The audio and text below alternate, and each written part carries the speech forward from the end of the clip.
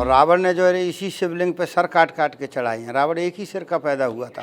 रावण के वंशज हैं हम रावण के वंशज हैं हम रावण के वंशज। स्वागत है आपका द कर्मा पर और मैं आपके साथ रूपाली। नवरात्रि की शुरुआत हो चुकी है और हर तरफ माँ दुर्गा का आगमन करने की तैयारियां में शुरू हो गई हैं। हर कोई माता को पूज रहा है। वहीं कुछ दिनों बाद अब दशहरा आने वाला है। दशहरा जब रावण का दहन होता है, रावण को जलाया जाता है और बुराई पर अच्छाई की जीत का त्योहार मनाया जाता है। लेकिन आज हम एक ऐसी जगह मौजूद हैं जहाँ पर रावण का पुतला दहन नहीं होता, रावण को नहीं जलाया जाता, दशहरा पर मातम मनाया जाता है और तो और रावण की पूजा की जाती है। जी हाँ, आज हम आए हैं नोएडा के एक छोटे से गांव बिसरक में, जहां पर मौजूद है रावण का मंदिर। जी हाँ, दशानन रावण के मंदिर के सामने आज हम मौजूद हैं और आपको आज दिखाने वाले हैं यहाँ की खासियत और क्या कुछ रावण से लेकर जुड़ी यहाँ पर कहानियां मौजूद हैं। चलिए आइए मेरे साथ।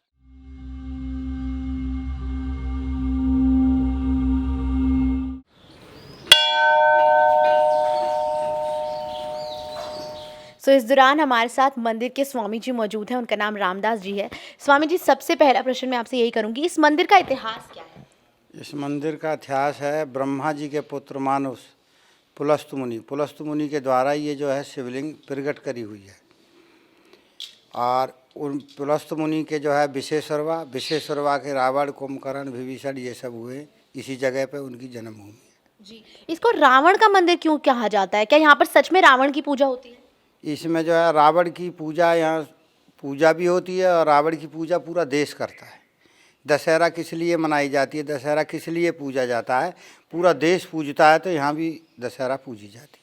अच्छा, रावण को कहा जाता है, यहाँ रावण का जन्म स्थल भी कहा गया है, तो उससे लेकर क्या? ये जन्मभूमि है रावण की, और कुबेर की भी जन्मभूमि है, और विभीषण की भी जन्मभूमि है, शूर्पणखा की भी है, और कुंभकर्ण की भी जन्मभूमि है। तो यहाँ पर रावण की पूजा की जाती है इस मंदिर में, ये आप बता रहे हैं? रावण के पूरा परिवार का ही फोटो बने हैं, खानदान का ही पूरा बना है। जब पूजा नहीं होती है तो कैसे बना है? विशेषरवा का बना है, कुबेर का बना है, रावण का बना है, ब्रह्मा जी का बना है, पुलस्त ऋषि का बना है। और रावण ने जो है इसी शिवलिंग पे सर काट काट के चढ़ाए हैं। रावण एक ही सिर का पैदा हुआ था और 10 बार जो है इस शिवलिंग पे सर काट काट के चढ़ाए हैं। 10 बार उनको वरदान में मिले, इसलिए जो है दशानन हो गया, 10 सिर का रावण हो गया।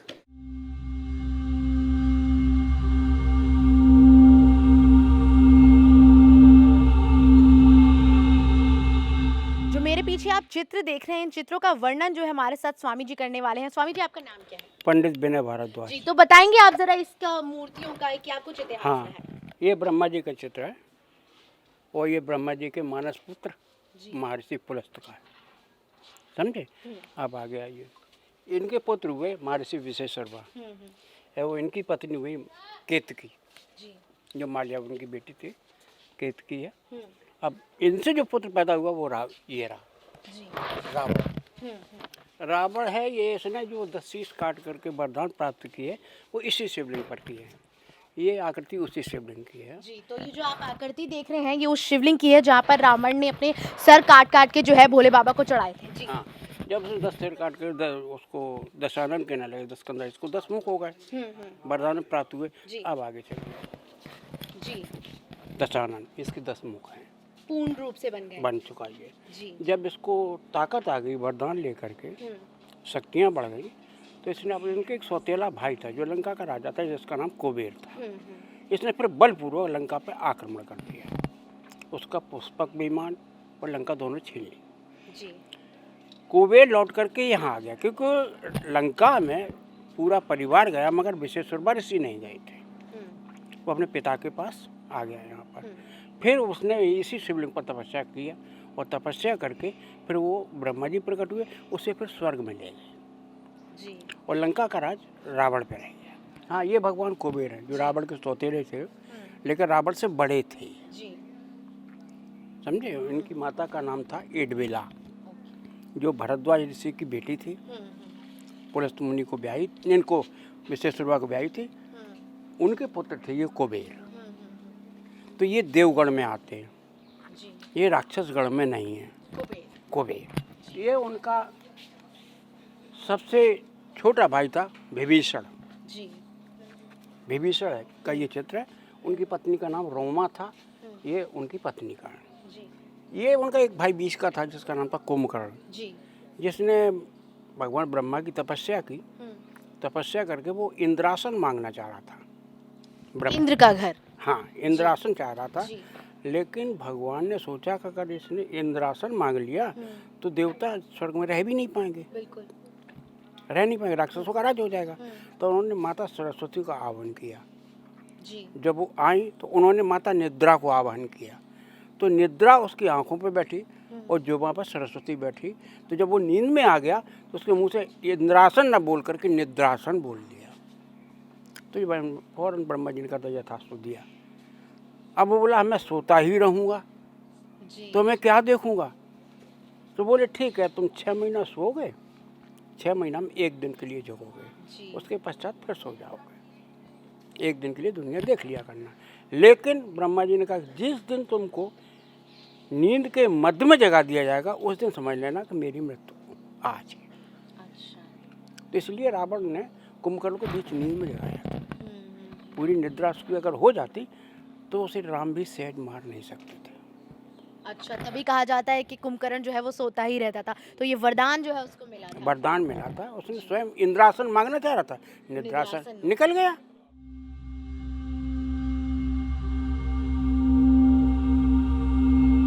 जी पंडित जी, शिवलिंग की क्या कुछ विशेषता है? शिवलिंग की विशेषता ये है कि ये जो शिवलिंग है ना, ये बैठाला हुआ नहीं है, ये जमीन से उत्पन्न है, स्थापित नहीं है ये? जी नहीं, इसका नीचे एंड नहीं है। अच्छा तो ये जो शिवलिंग आप देख रहे हैं ये बालू का है। अच्छा और से देखिए बालू। अष्टभुजाओं का जो रहस्य है ये 8 दिशाएं साइड में दिखाता है, ऊपर आकाश और नीचे पाताल, इस तरह से 10 दिशाओं का वर्णन देते हैं। और इसके अलावा इसका दूसरा प्रयोजन और भी है कि रावण के पास 8 सिद्धियां थी मगर 9 निधियां नहीं थी। अगर 9 निधियां और होती तो वो हनुमान जी की तरह अमर हो जाता। अच्छा फिर उसका वध होने का कारण ही नहीं था। लेकिन वो 9 निधियों से रहित था। 8 सिद्धियां तो थी उसमें, वो 8 सिद्धियों का वर्णन ये भी माना जाता है। अच्छा, ये भी कहा जाता है कि इसी शिवलिंग पे रावण ने अपने सर काट कर चढ़ाया। जी हाँ, वो यही शिवलिंग है। अच्छा, हाँ, वही शिवलिंग है। वही शिवलिंग है। ऐसे शिवलिंग भारत में मात्र 2 जगह है। जी जी। पूरे भारत में केवल 2 जगह हैं। एक तो हमारे यहाँ ही है और दूसरा सेतुबंध रामेश्वर।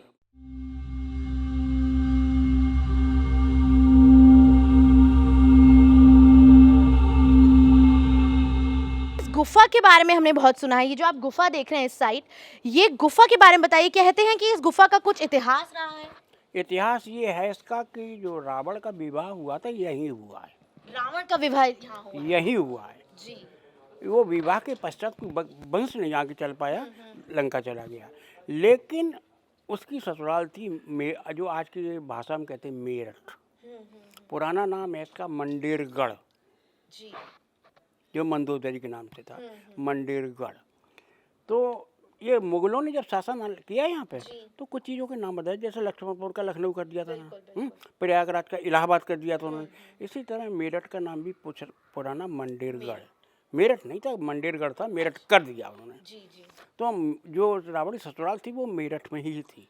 तो जो ये गुफा के बारे में बताया जा रहा है, मेरठ के लिए भी जाती थी सीधा, और दुधेश्वर महादेव और एक मंदिर है वहाँ भी जाती। तो कैमरामैन से मैं दरख्वास्त करूंगी एक बार जरा ये गुफा दिखा दीजिए। ये कहा जा रहा है कि जो गुफा है ये मेरठ की ओर तक जाती है। अच्छा, अभी कहाँ तक जा रही है? बंद है, अभी बंद कर रखी है। 2-2 मंजिल की तो बेसमेंट बना रहे हैं, जी। कहाँ से रह जाएगा?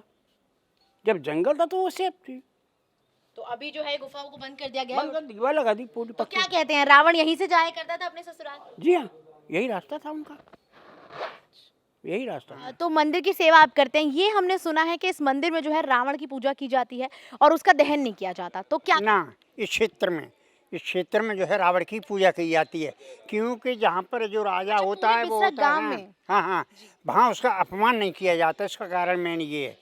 लेकिन थोड़ा रावण की वीरता के बारे में कहना चाहता हूँ, जो भगवान के सामने उन्होंने अपनी वीरता को विख्यात किया। अच्छा, यहाँ पर ये कहा गया कि पूरे ही बसेरा गांव में जो है रावण को पूजा जाता है। तो रावण यहाँ का राजा हुआ, यानी कि वंशज बताए जा रहे हैं। तो आप लोग रावण के वंशज हैं? हाँ जन्मभूमि है। हाँ तो जोर से कह दीजिए कि हम रावण के वंशज हैं। हाँ रावण के वंशी हैं। जोर से कहिए हम रावण के वंशज हैं। हम रावण रावण के वंशज हैं। हम रावण के वंशज हैं। तो यहाँ पे साफ तौर से कहा जा रहा है कि ये गांव के जो लोग हैं वो रावण के वंशज हैं। तो देखा आपने कैसे पूरा गांव बिसरक अपने आप को रावण का वंशज मानता है। यहाँ पर इस मंदिर जो हमने आपको आज दर्शन कराए, इस मंदिर में रावण की पूजा की जाती है। यहाँ पर दहन नहीं होता रावण का और सिर्फ दशहरा पे मातम मनाया जाता है। हाँ, ये नहीं है कि राम जी की पूजा नहीं होती, राम जी की पूजा भी यहाँ पूरी तरह से होती है और रावण के भी जयकारे लगाए जाते हैं। आपको इस मंदिर के दर्शन करके कैसा लगा हमें कमेंट बॉक्स में जरूर बताइएगा। साथ ही आपको ये वीडियो कैसी लगी जरूर लाइक करके और कमेंट्स करके हमें बताइएगा। और अगर आपको ये वीडियो अच्छी लगी तो चैनल को सब्सक्राइब और वीडियो को शेयर जरूर कीजिए और सबको कराइए रावण के इस मंदिर के दर्शन। नमस्कार।